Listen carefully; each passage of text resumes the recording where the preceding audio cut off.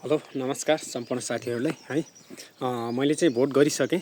तपाईँले पनि भोट गर्नुभएको छैन भने प्लिज भोट गर्नुहोस् है। के को लागि सोच्नु भएको होला, यो भोइस अफ नेपाल सिजन 7 को चाहिँ यो भोटिङ राउन्डसम्म पुग्नु भएको छ भविका पुन, जुन यो जाजरकोटकी चेली मात्र नभएर यो चाहिँ सिङ्गो कर्णालीकी चेली हैन, सबैजनाले चाहिँ उहाँलाई चाहिँ यो भोटिङको आवश्यक छ। उहाँ चाहिँ भोटिङ राउन्डसम्म पुगिसक्नु भएको छ। सबैजनाले चाहिँ भोट गरौँ है। यो कर्णाली चिनाउन, यो जाजरकोट चिनाउनको लागि चाहिँ अगाडि बढ्नु भएको छ। उहाँलाई चाहिँ भोटको खाँचो छ एकदमै। सबैजनाको चाहिँ भोट महत्त्वपूर्ण रहेको छ।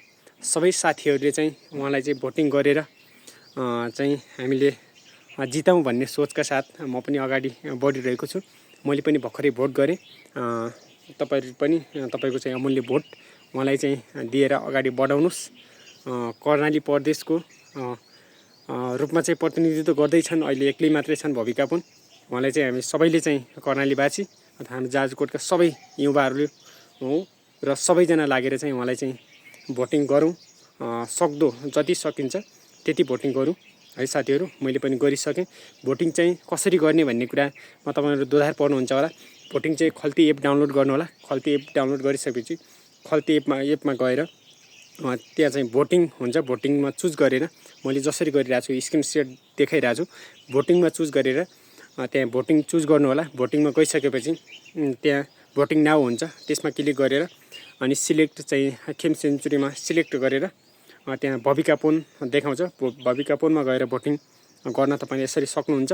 मैले चाहिँ गरिसकेँ गाइज। तपाईले गर्नुभयो कि भएन, तपाईले पनि यति गर्नुभएको छैन भने छिटो गरिहाल्नुस् है। तपाई हामी सबैको चाहिँ साथ सहयोगको चाहिँ जरुरत छ। उहाँलाई चाहिँ जिताउनु पर्छ। हाम्रो सिङ्गो कर्णालीकी चेली भविका पुन, उहाँलाई चाहिँ जसरी भए पनि तपाई हामी सबैकी छोरी बहिनी हैन, त्यसैले चाहिँ उहाँलाई जिताउनु पर्छ। सकेसम्म तपाई हाम्रो सबैको चाहिँ भोटिङ उहाँलाई गर्नुपर्छ।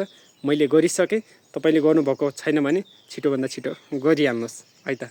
धन्यवाद लास्टसम्म हेरिदिएकोमा।